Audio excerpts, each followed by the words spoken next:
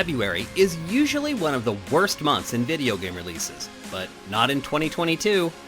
So many big games were delayed out of 2021, but they've all piled up for one of the greatest Februaries in the history of the industry. With multiple Game of the Year candidates launching in the next several weeks, it will be a challenge to spend your money wisely. Zombie games are in no short supply, but few of them feature an open world and radically branching story paths. That's what you get with Dying Light 2, the follow-up to Techland's smash hit. Rumors have been swirling that there's 500 hours of content in the final game, and the studio has supported the first Dying Light for a whopping 7 years of DLC. It's hard to imagine that you won't get your money's worth, and then some, out of the sequel. As the song goes, everybody was kung fu fighting, except they weren't, at least not in video games. Kung fu is a massively underrepresented theme in gaming, but Sifu aims to fix that. It's a 3D beat-em-up that carries all the good and the bad from the genre, but its fighting engine is truly unlike anything else. It includes roguelike elements in that every time you die, your character will age, but they also come back smarter after spending experience points on new skills. It's an incredibly unique game, and it's a PlayStation console exclusive for now. Crossfire X was shown at the debut of Xbox Series X, but it's been underground ever since. It's a free-to-play first-person shooter that was initially thought to be multiplayer only, but Remedy, the studio behind Control, Alan Wake, and Max Payne, has chipped in to create a single-player campaign. The game has been huge in Asia for quite a while, but now it's coming to Western shores where most players will liken it to the PS2 shooter Black. It's an Xbox console exclusive, but it's also available for PC. Fighting game releases are few and far between these days. Some may think of it as a dying genre, but when good games hit the market, the community supports them. The King of Fighters 15 is the first game in the series in almost 5 years, and it brings with it vastly improved netcode to make sure online matches are worth playing. It doesn't introduce a ton of new ideas, but you're now able to pull off EX moves whenever you want. There's also a new parry system called Shatter Strike that should add some depth to this 2D brawler. Much like fighting games, real-time strategy releases have also waned over the last decade or so. One studio that hasn't stopped is Creative Assembly. Its RTS games have become the industry standard, if only because they're released regularly and have a consistent high level of quality. The story-driven Total War Warhammer 3 continues this tradition, and a working knowledge of Warhammer lore certainly helps in following the complicated tale of 4 factions vying for power. Like most games in this genre, it's a PC exclusive. Guerrilla Games was known for the bleak shooting franchise Killzone before the PS4 era, and then it shockingly released one of the greatest action RPGs of the generation with Horizon Zero Dawn.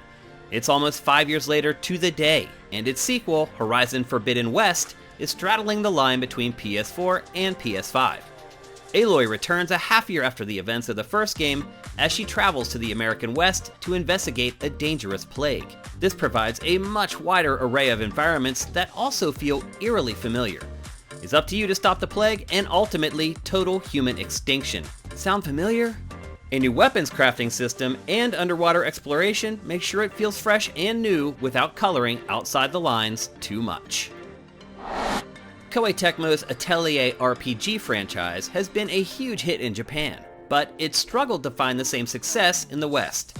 The second game in the Sophie trilogy follows the same blueprint as she explores strange lands with her talking book Plachta.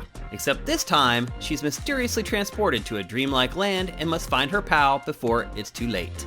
The same action-driven, turn-based battles have returned with a new skill system that lets party members team up for devastating attacks. From Software has carved out its own niche with punishingly difficult action RPGs that have just about as many haters as fans. It generally makes polarizing games, but Elden Ring is its first olive branch to players who have rejected their aesthetics in the past. It's still plenty difficult, but it takes place in an open world, so you finally have some space to retreat and regroup from a tough battle. The open world also provides an opportunity for other tweaks like mounts and fast travel. Some light stealth elements have also crept into its design, along with being able to equip 2 weapons of the same class at a time like Dark Souls 2. There's also infinite stamina outside of combat, minimal fall damage, and more changes that should make it suitable for a wider audience. If you've not enjoyed From's games in the past, this is probably the time to give them another go. Electronic Arts recently purchased Codemasters, and the first release that was developed for a good while under this partnership is Grid Legends. This story-driven driving game utilizes the same tech as The Mandalorian to deliver believable FMV sequences that follow a rookie driver trying to make a mark with an underfunded team.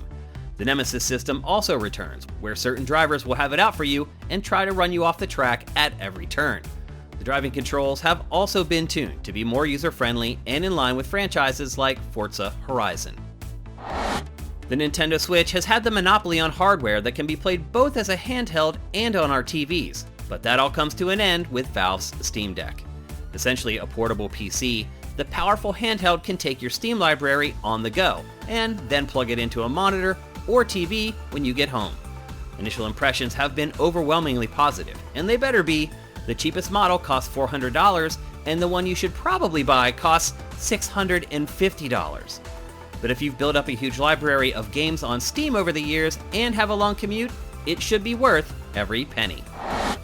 Thanks for checking out our picks for the 10 games worth buying in February 2022.